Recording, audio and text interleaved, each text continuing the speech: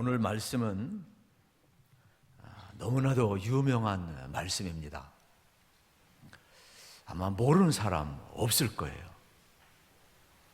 그리고 이 부자 청년의 고민은 우리 모두의 고민이 되기도 하는 겁니다. 그래서 저도 성경 인물에서 왜 이 인물을 해야 될까 많은 고민을 했어요. 보통 건너뛰거든요. 인물편에 이분을 해야 될 이유가 있을까? 그런데 성경에 보면 마태, 마가, 누가복음을 공간복음이라고 그래요. 요한복음까지를 사복음서라고 이야기해요. 그런데 공간복음에 다 나와 있어요. 그렇다면 얼마나 중요하면 이 사건이 기록되었을까 생각을 하게 되는 겁니다. 그래서 오늘 17절에 보면 예수님께서 길을 가실 때에 한 청년이, 한 사람이, 오늘 본문은 한 사람이죠. 한 사람이 예수님께 나와서 위대한 질문을 던집니다. 구두자의 질문이에요. 선한 선생님이요, 내가 어떻게 해야 영생을 얻으리까? 놀라운 질문을 하고 있죠. 대화를 나눠보면 상대의 품격을 알 수가 있어요. 질문하는 걸 보면 상대의 수준을 알 수가 있어요. 그런데 지금 여기 한 사람이 예수님 앞에 던지는 질문은 보통 질문이 아니에요. 그리고 예수님 앞에 보통 올 때 많은 사람들은 자기가 잘날 때 오지를 않아요. 목사한테 찾아올 때도 자기가 잘 나가고 좋을 때는 찾아오는 사람 별로 없어요. 힘들고 어렵고 기도받고 실패하고 좌절되고. 그런데 지금 더군다나 예수님 앞에 찾아가는데 가장 잘 나갈 때 찾아가요. 이 사람을 가리켜서 뭐라고 이야기하는 줄 아십니까? 성경에 보게 되면은 마태, 마가, 누가복음에 다 있다고 그랬어요. 그런데 어떻게 표현하느냐? 이렇게 표현을 해요. 예를 들어서 오늘 본문에 보면 한 사람이라, 어떤 한 사람이 되겠죠? 마태복음 19장 16절부터 30절에 보면 청년이라 표현했어요. 누가복음 18장에 보게 되면 어떤 관리라 이야기를 했어요. 그러니까 한 사람, 청년, 관리, 같은 사람을 이렇게 표현하고 있어요. 공통점이 있어요. 부자래요. 재물이 많대요. 그냥 부자가 아니래요. 엄청난 큰 부자래요. 그렇다면 여기 등장하는 인물은 보통 사람은 아니에요. 생각해 보세요. 청년이에요. 생각해 보세요. 부자예요. 생각해 보세요. 관리예요. 한마디로 이야기하면 어떤 사람이에요? 성공한 사람. 다 갖춘 사람. 부족함이 없는 사람. 저는 이런 청년들 보면 괜히 기가 죽어요. 어떻게 이렇게 금수저도 아니고 뭐 비트코인 투자한 것도 아닐 텐데 그 당시 무슨 비트코인이 어디 있어요, 여러분? 뭐 주식이 어디 있겠어요? 어떻게 이렇게 거부가 되었을까? 여러분은 별로 관심이 없나 봐. 부러워하지도 않고. 저는 괜히 기죽어요. 이런 엘리트 앞에 서면 소위 너무 잘 나가.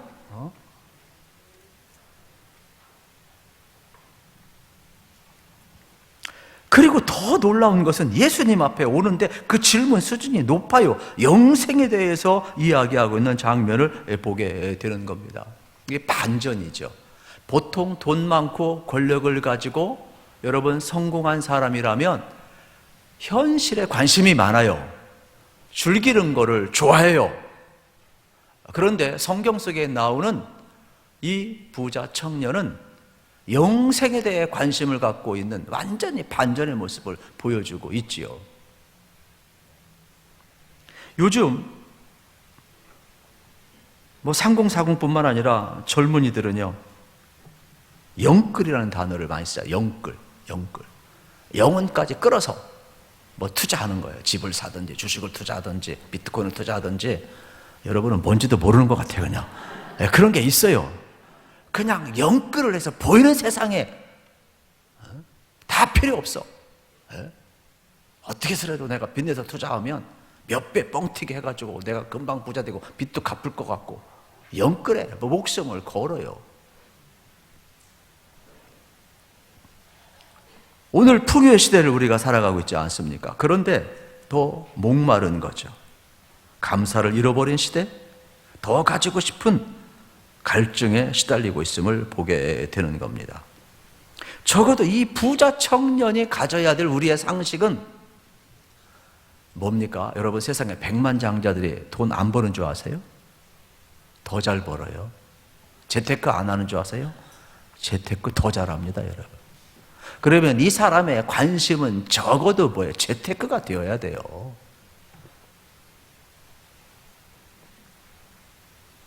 현대인의 관심은 대부분 다 잘 나가는 사람들을 보면 세속적이고 현실적이에요.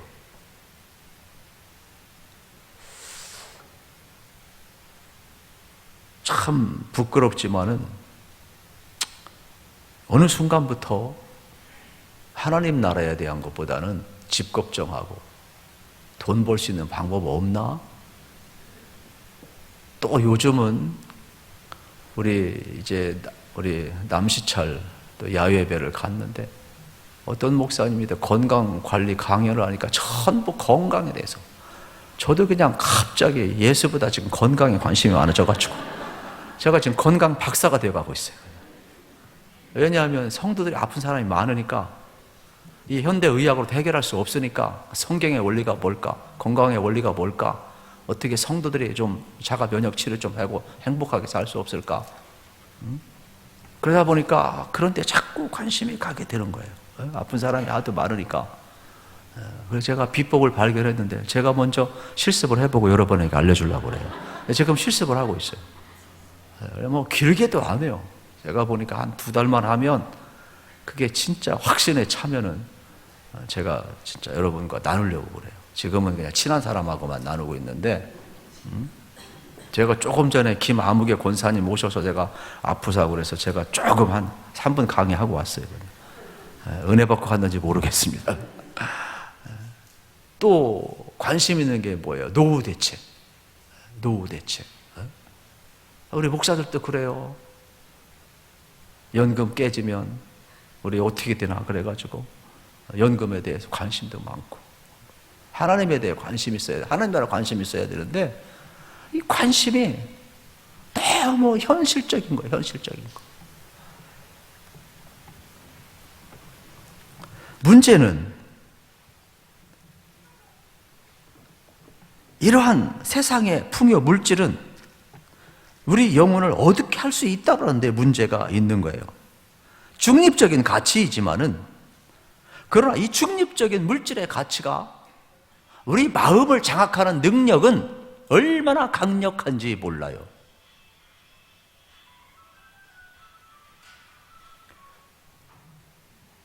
다 그런 것은 아니지만은 많이 가진 사람은 영적으로 어두워질 가능성이 높다라고 이야기를 하는 겁니다. 그래서 물질적인 풍요는 좋은 것 같지만 영혼을 얼마든지 빈곤하게 만들 수 있음을 보게 되는 것입니다. 그런데 예상 밖으로 성경 속에 나오는 이 부자 청년은 예수님 앞에 달려와서 그가 던지는 질문은 전혀 현실적인 질문이 아니에요. 영적인 질문이에요. 영생에 대한 질문이에요. 특별한 친구죠. 17절 같이 한번 읽어보겠습니다. 17절 준비되셨죠? 시작. 예수께서 길에 나가실새 한 사람이 달려와서 꿇어 앉아 묻자오되 선한 선생님이여 내가 무엇을 하여야 영생을 얻으리이까? 여러분 대단하지 않습니까? 지금 예수님 앞에 달려왔대요. 생각을 한번 해보세요. 팔레스틴 땅은 더워요. 그런데 달려왔대요. 얼마나 갈급하면 달려왔겠어요. 여러분 교회 올 때 달려오는 사람 손 들어봐봐요. 주님이 그리워서, 여기 정 목사가 그리워서 달려오는 사람 손 들어보세요. 오다가 넘어지니까 걸어오세요. 그런데 이 청년은 달려왔대요. 태도를 보면 그 사람 마음을 알 수가 있어요. 태도를 보면. 그런데 와서 무릎을 꿇었대요. 얼마나 갈급한가. 그냥 문장이 그냥 쓴 게 아니잖아요. 그렇다면 예수님 앞에 하는 이 청년의 태도를 보면은 영생에 대해서 얼마나 갈급한가를 알 수가 있는 그러한 내용이 되겠습니다.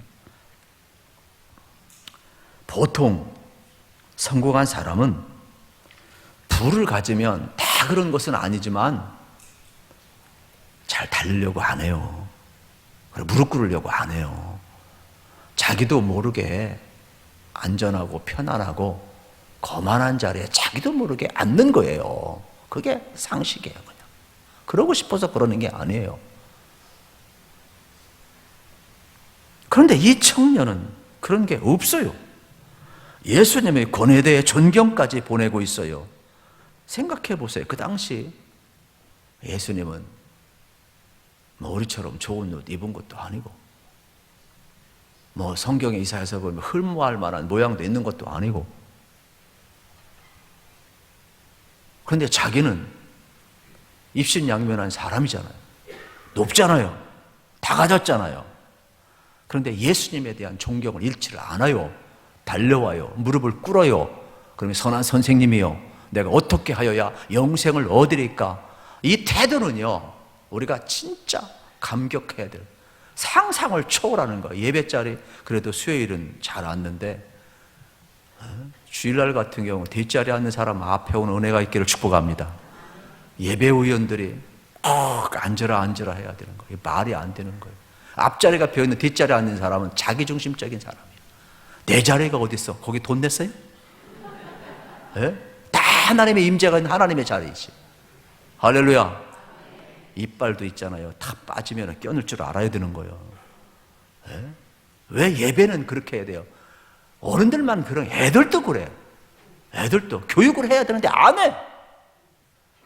네? 하나부터 열까지가 정말로 우리가 다시 한번 하나님 앞에 태도 고쳐야 될 게 얼마나 많은지 몰라요, 여러분. 그런데 이 청년은 주님을 존경해요. 주님에 대한 권위를 인정을 해요. 나 중심이 아니에요. 태도가 보세요.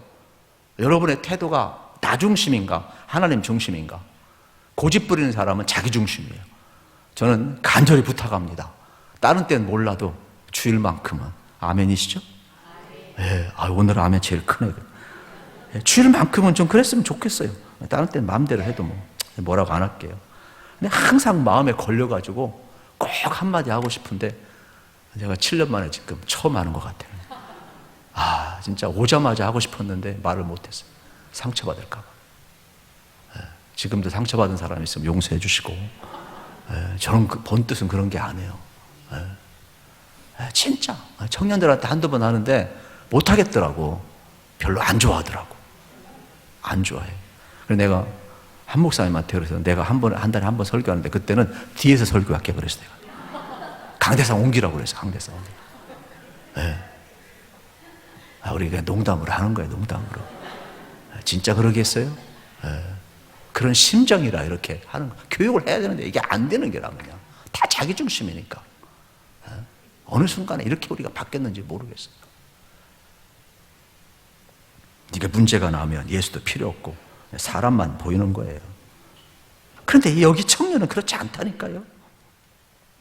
그러면서 이렇게 이야기를 합니다. 내가 무엇 영생을 얻으리까? 예수님의 답변이 참 놀랍습니다. 뭐라고 이야기합니까? 19절을 같이 한번 읽겠습니다. 19절 시작. 내가 계명을 안 하니 살인하지 말라, 간음하지 말라, 도둑질하지 말라, 거짓증을 하지 말라, 속여 빼앗지 말라, 내 부모를 공경하라 하였느니라. 아멘.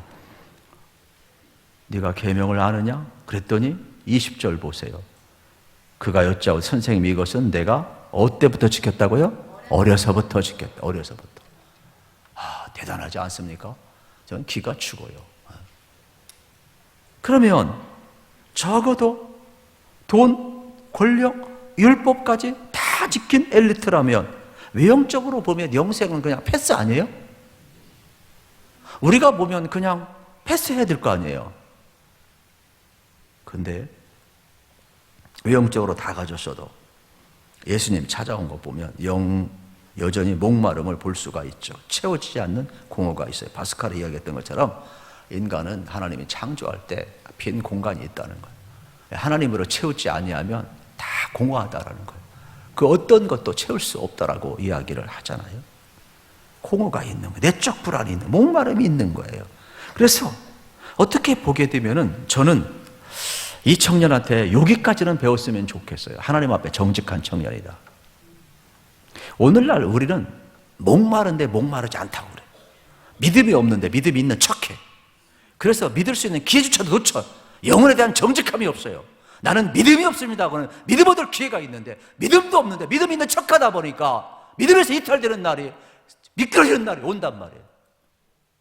차라리 나는 믿음 없습니다 그러면 어떤 일에 시험 받을 때도 다시 일어날 수가 있는데, 믿음 있는 척하면서 시험 받고 쓰러져 버리면 언제 일어나? 끝난 거지. 믿음도 없는데. 믿음이 있어야 일어나는 것이지. 그래서 여러분들 믿음 없으면 나 믿음 없다라고 이야기하세요. 그게 정직한 거예요. 나 예수 안 믿는다고 이야기해서 그게 정직한 거예요. 예수 믿는다고 뭘 믿는 거예요? 우리가 이 문제에 대해서 너무 정확하게 안 짚고 넘어가기 때문에 한국교회가 너무 계속 어려움을 겪고 있는 거예요, 여러분. 그런데 이 청년은 안 그래요. 정직함이 있어요. 목마름이 있어요. 겉으로 보면 완벽한 사람인데 그렇지 않대요. 그래서 예수님이 결정적인 한마디를 하는 거예요. 율법도 다 지켰다? 이야, 대단하다. 응? 21절 예수님이 한마디 뭐라고 이야기한 줄 아십니까? 같이 읽읍시다. 시작. 예수께서 그를 보시고 사랑하사 이르시되 내게 아직도 한 가지 부족한 것이 있으니 가서 내게 있는 것을 다 팔아 가난한 자들에게 주라. 그리하면 하늘에서 보화가 내게 있으리라. 그리고 와서 나를 따르라 하시니. 아멘. 참 예수님의 한마디가 무섭습니다. 오히려 부족한 것이 있다. 가서 다 팔아서 가난한 자에게 나누어 주라. 그리고 나를 따르래요. 그러면 이 예수님의 말씀은 모진 말입니까? 아니에요. 성경을 잘 보세요. 그를 사랑하사. 그를 사랑하사. 영혼의 갈급함이 있는 그를 사랑해서 진짜 영생의 길을 인도하기 위해서 그에게 꼭 필요한 것이 무엇인가를 가르쳐주고자 하는 그 주님의 사랑의 마음이 있음을 우리는 보아야 되는 것이죠. 그래서 성경에 굳이 이렇게 표현하고 있는 장면을 볼 수가 있죠. 예수님이 그를 보시고 사랑하사. 사랑하사. 저는 이 단어가 너무 좋아요. 이게 모진 말이 아니구나. 주님의 처방은 간단해요. 그런데 이 청년의 반응이 더 걸작이에요. 22절 같이 읽읍시다. 22절 시작. 그 사람은 재물이 많은 고로 이 말씀으로 인하여 슬픈 기색을 띠고 근심하며 가니라. 아멘. 이 내용은 무슨 내용일까요? 의외로 결론이 너무 싱겁고 간단히 끝나요. 적어도 예수님을 부를 때는 선한 선생님 불렀어요. 여기에서도 하나님 외에는 선한 자가 어디 있느냐 그랬는데 이 부자 청년의 어떠한 그 인격, 그가 가지고 있는 구두자의 모습, 그의 가치관은 적어도 영생을, 어떤 인간의 행위, 도덕적으로 선하고 내가 의롭고 어떤 율법을 잘 지키면 인간의 행위를 얻을 수 있다는 관점이 강한 거예요. 그래서 메시아 예수님 앞에 왔을 때에도 선한 선생님이 부르는 것은 영생의 문제도 그러한 쪽으로 해결할 수 있는 것이 아닌가 기대를 하고 온 그의 가치관을 우리는 들여다볼 수가 있게 되겠죠.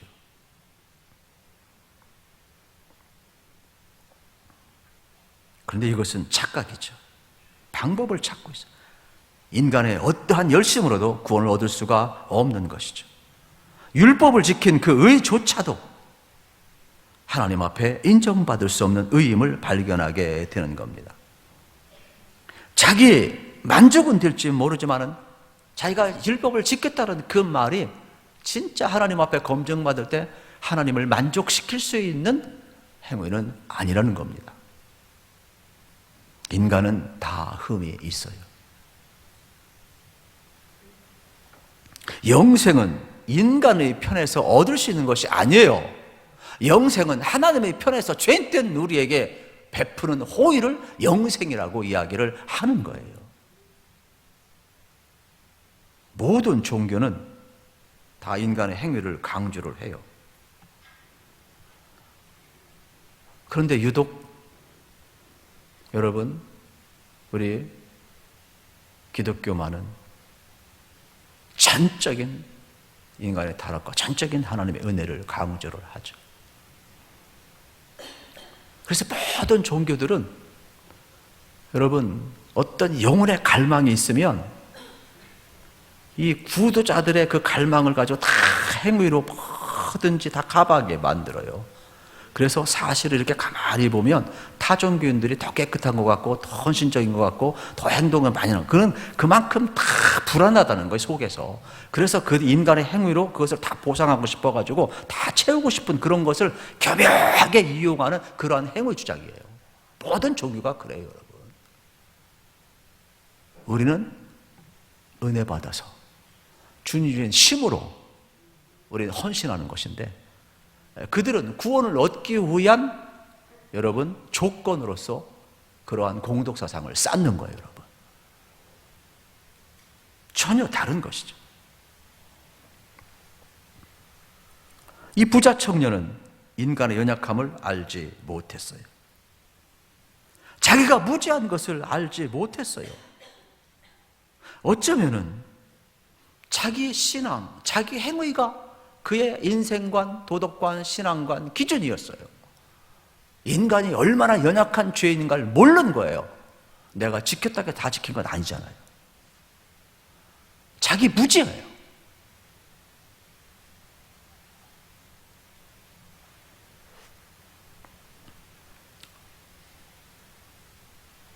열심히 나쁜 것은 아니지만 성경은 구원의 조건이 될 수 없다라고 이야기하고 있음을 보게 되는 겁니다. 그러므로 신앙생활도 마찬가지예요. 이거 오해하지 않았으면 좋겠어요. 여러분, 진짜 은혜 받으시고 성령 안에서 하나님 주신 힘으로 열심을 내시기를 축복합니다. 어떤 사람은 자기 열심인 사람이 되게 많아. 자기가 주인이야. 그래서 이 부자 청년처럼 대단하게 윤리적으로, 도덕적으로, 율법적으로 되게 열심히, 아마 칼 같아, 막 원칙적이야, 대단한 것 같아. 근데 어떤 사건 겪으면 휑 미끄러져. 그건 왜 그래요? 주님이 주인이 아니거든. 자기가 주인이거든. 그거는요, 신앙이 아니에요. 우리는 그것을 아주 대단한 신앙으로 오해를 하는데 전혀 아니에요, 그거는.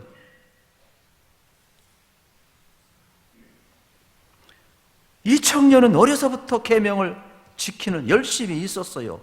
그런데 예수님의 한마디에 무너져 버려요. 재산 팔아서 가난한 자들에게 나누어 주라. 우리는 여기서 오해해서는 안 되는 말이 있어요.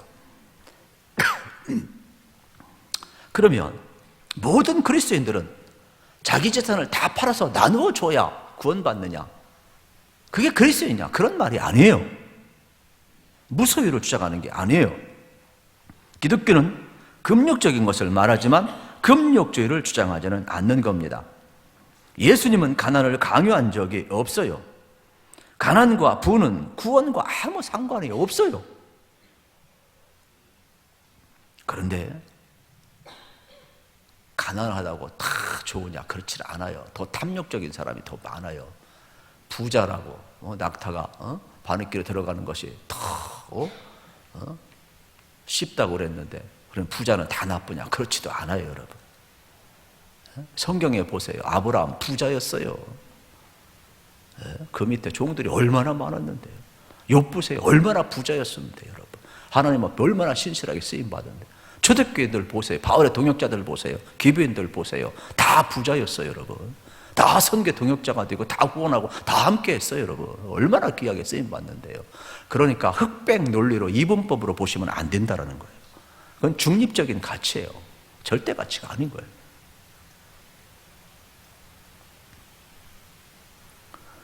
성숙한 신앙이란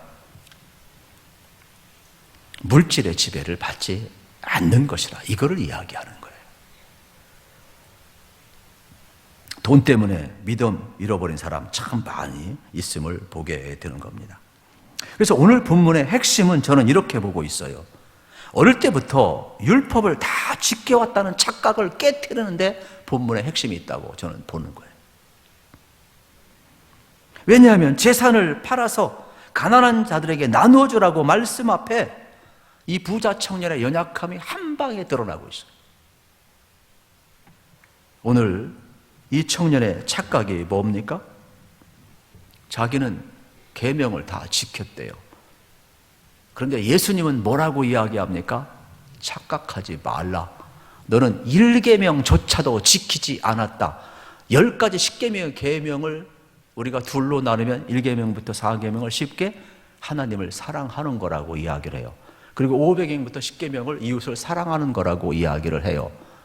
그러면 지금 예수님이 이 부자 청년에게 무엇을 지금 질문하고 있어요? 단순히 네 소유가 많으니까 팔아서 가난한 자에게 나눠주라 이 이야기입니까? 아니잖아요. 네가 계명을 다 지켰다고 했는데 도대체 뭘 지켰느냐는 거예요. 착각하지 말라는 거예요. 너는 1계명조차도 지키지 아니하였다. 나 위에 내게 다른 신을 두지 말라 그랬는데 너는 지금 하나님보다 돈을 더 사랑하고 있지 않느냐? 내가 과연 이걸 지금 선택할 수 있느냐? 지금 묻는 거예요. 영생의 길은 네 앞에 보여 있다. 아브라함은 믿음의 눈이 열려서 하나님의 인도를 따라 모든 걸 내려놓고 갔다. 너는 지금 믿음의 눈이 열려야 하는데 내 앞에 영생의 길이 열려 있고 예수님이 보여주고 있는데도 걸림돌이 되고 있는 거예요. 뭐가요? 물질이 이 만물이즘이 이게 시작이 되고 하나님의 자리에 만물이즘이 올라와 있는 거예요.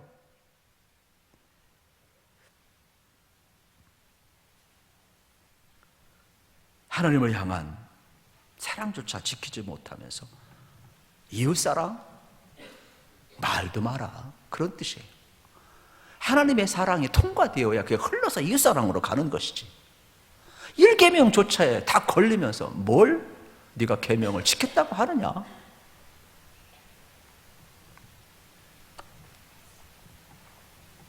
일 계명을 지키지 않으면 다른 계명 소홀히 할 수밖에 없는 게 인생이에요. 하나님을 사랑하지 않는 자 어떻게 이웃을 온전히 사랑할 수 있느냐 묻는 내용이 되겠습니다. 그래서 지금 이 부자 청년이 어려서부터 다 지켰다는 것은 억울하는 거예요.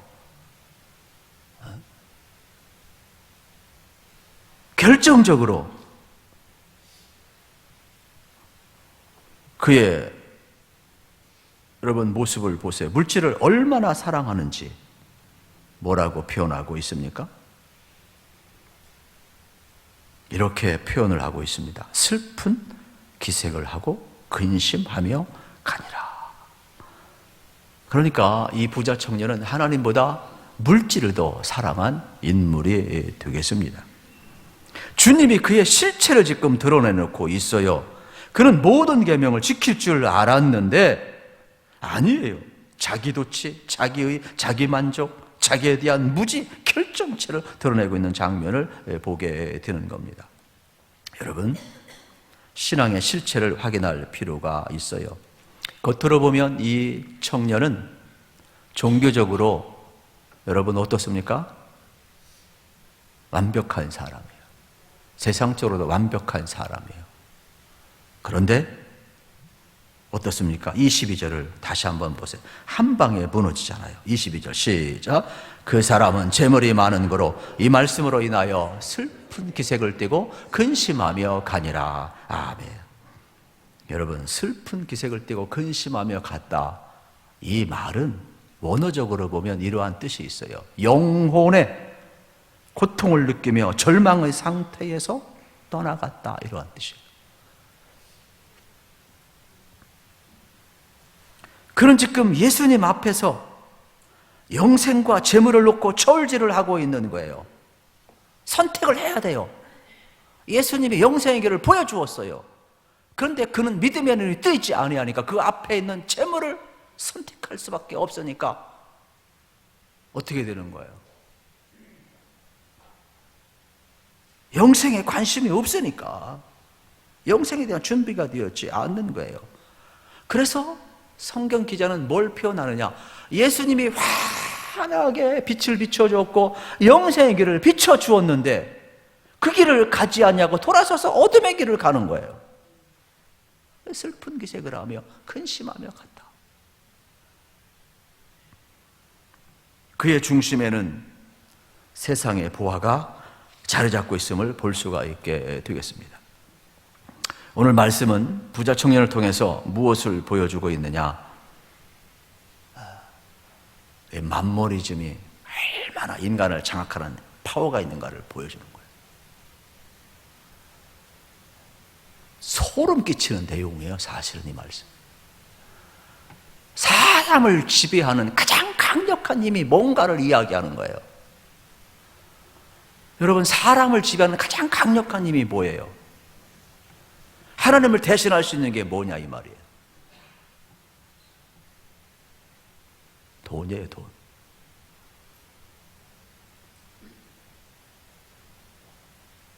그래서 22절에 영생에 대한 갈망과 진잠이 있는지 모르지만은 그는 자기가 가지고 있는 많은 돈 앞에 힘없이 무너지고 있어요. 그래서 예수님의 말씀이 있는데도 불구하고 환한 빛을 보여줌에도 불구하고 슬픈 기색을 띠고 근심하며 영혼의 고통을 느끼면서 예수님을 떠나고 있는 장면을 보게 되잖아요. 돈이 영생까지 막을 수 있는 파워가 있구나. 주님 앞에 순종할 수 없는 자기 자신의 모습이 얼마나 한심스러웠겠어요. 그래서 뭐라고 이야기합니까? 24절, 25절에 보게 되면은 그 유명한 말을 하는 거예요. 같이 읽겠습니다. 아니죠? 24절, 20절 시작. 제자들이 그 말씀에 놀라는지라 예수께서 대답하여 이르시되 얘들아, 하나님의 나라에 들어가기가 얼마나 어려운지 낙타가 바늘기로 나가는 것이 부자가 하나님의 나라에 들어가는 것보다 쉬우니라 하시니. 아멘. 여러분, 누가 그러면 하나님 나라 들어갑니까? 예수님 말씀하잖아요. 사람으로는 할 수 없으되 하나님은 하실 수 있느니라. 여러분들이 믿음의 눈이 뜨이고 여러분 어떻습니까? 하나님 나라를 바라보게 되면 우리는 어떻게 되는 거예요? 하나님의 은혜로 예수님을 받아들이고 우리가 여러분 구원의 길을 걸어갈 수가 있게 되는 것이죠. 저도 그렇고 여러분도 그렇고 우리 인간의 한계 상황을 아시고 우리 주의 은혜를 받아들이기를 우리 주님의 이름으로 축복합니다. 그래서 신앙의 길은 넓은 길이 아니라 좁은 길이라고 이야기를 하고 있음을 발견하게 되는 겁니다. 좀 어렵더라도 히브리서 11장 26절을 한번 찾아봤으면 좋겠어요. 히브리서 11장 26절을 같이 한번 읽어보겠습니다. 오늘 본문을 설명하는데 대단히 중요한 내용이 되겠죠. 같이 한번 읽겠습니다. 시작. 그리스도를 위하여 받는 수모를 애굽의 모든 보화보다 더 큰 재물로 여겼으니 이는 상 주심을 바라봄이라. 아멘. 여러분 생각해 보세요. 모세가 여러분 사명을 감당할 때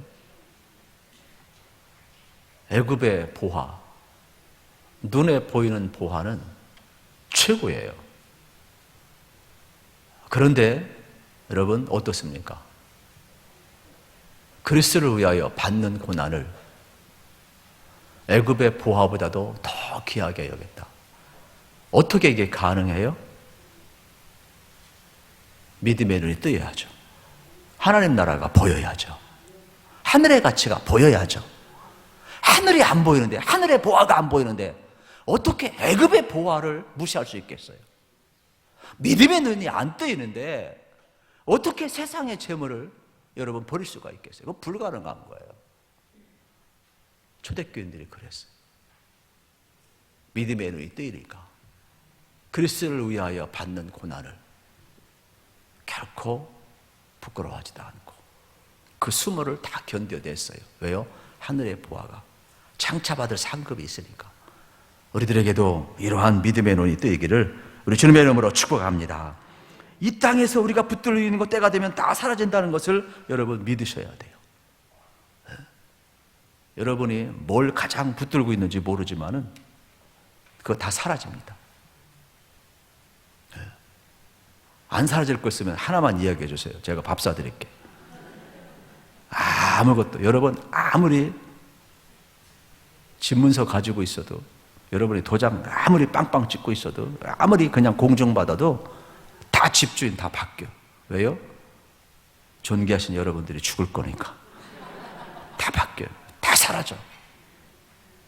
영원한 거 없어요. 곱디고 온 여러분의 아름다움도 다 세월이 흘러가면서 아름답게 늙어가는 거예요, 여러분.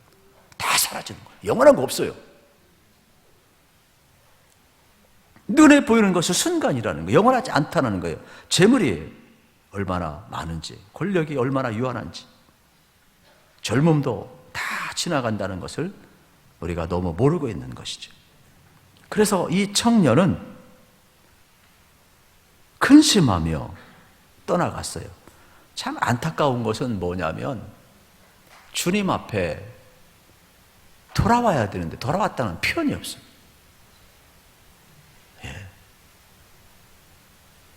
그리고 더 안타까운 것은 주님이 잡았다는 표현이 없어요.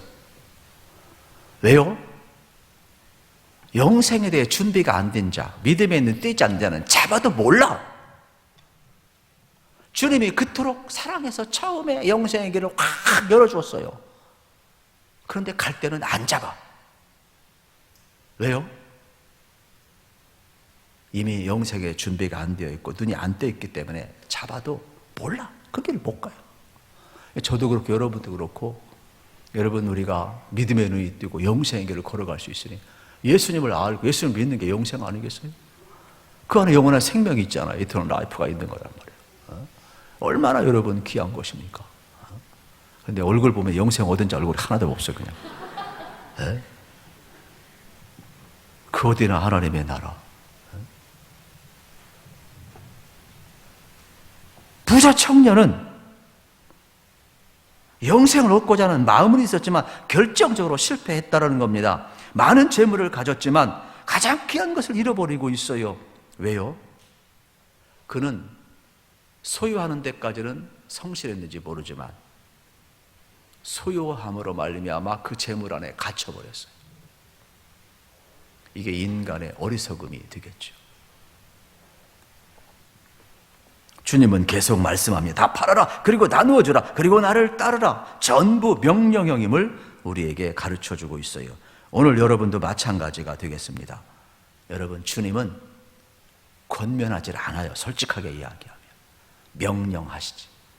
팔아라. 나눠줘라. 그리고 나를 따르라. 그리스도를 따르고자 하는 사람들은 결단이 필요한 거예요. 오늘 이 부자 청년은 재물이 걸림돌이 되었습니다. 여러분, 이게 얼마나 예수 따르는데 방해가 되면 마태복음 6장 24절에서 예수님이 이렇게까지 이야기를 해요. 한 사람이 두 주인을 섬기지 못하느니라. 하나님과 재물을 겸하여 섬기지 못하느니라. 2000년 전에 예수님이 그 당시 최고의 파워는 황제예요. 로마 황제가 너희를 방해할 것이 아니라는 거예요. 진짜 사람을 장악하는 것은, 하나님을 대적할 수 있는 것은 재물이라는 거예요. 그래서 재물과 하나님을 겸하여 섬길 수 없느니라 그랬어요. 재물은 하나님을 대신할 수 있는 파워가 있다, 이 말이에요. 예수님도 그렇게 가르쳐줬어요.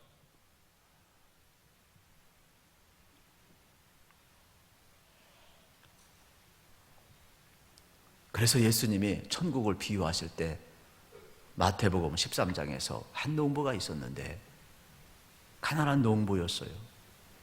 근데 소작농이냐 밭을 갈다가 옛날에 전쟁통에 그냥 묻어놓았던 보물상자 하나 발견하고 너무 좋아서 덮어놓고 와서 집에 와가지고 자기 집, 자기 재산 다 팔아버려요. 남들이 볼 때는 돌짝밭인데 이 농부는 그 안에 감춰진 보화를 알기 때문에 남들이 미쳤다고 그러는데도 그 돌밭을 사요.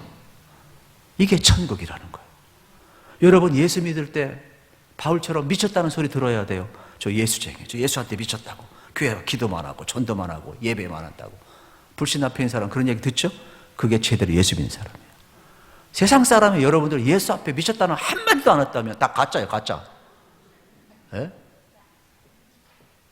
예수님이 이 보화를 발견한 사람은 자기를 다 팔아 그렇게 한다는 거예요. 그래서 바울이 여러분 뭐라고 해서 내가 예수 그리스도를 알고 나서 세상에서 가장 고상한 모든 것들을 다 폐설물처럼 여긴대요. 이게요, 하늘의 가치를 보는 사람에게 나오는 것임을 발견하게 되는 겁니다. 저는 세상의 가치보다 하늘의 가치가 이 시간 여러분에게 전이되기를 축복합니다. 결론을 내리고 싶습니다. 오늘 주신 말씀은 무슨 말씀일까요? 우리에게 묻고 있습니다. 여러분은 지금 무엇을 붙들고 있습니까? 묻는 내용이에요. 또 오늘 말씀은 무엇을 쫓고 있습니까? 묻는 내용이에요. 오늘 본문의 메시지는 진짜 여러분이 사랑하는 것이 뭐냐고 묻는 내용이에요. 여러분의 중심이, 여러분의 마음이 어디에 놓여 있는지 점검하라는 메시지가 되겠습니다. 그것 때문에 근심하며 떠나면 안 돼요. 혹시 근심하며 떠난 사람이 있다면 빨리 주님께 돌아가시기를 축복합니다. 그 정도 아멘 가지고는 안 돼요.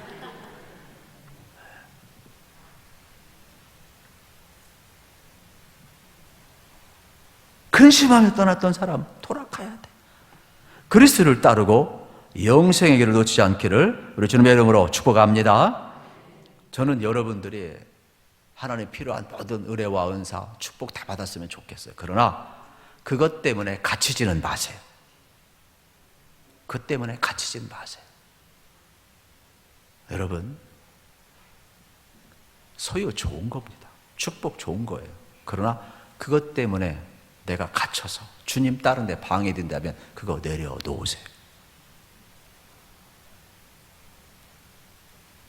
물질이 주인된 삶을 청산하라는 메시지가 오늘 본문의 여러분 메시지가 되겠죠.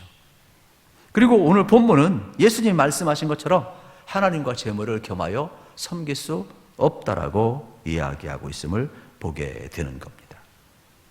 그리고 하나님만이 우리의 전부가 되신다라고 고백하라고 말씀하고 있음을 보게 되는 겁니다. 저는 여러분들이 믿음의 눈이 뜨이기를 축복합니다.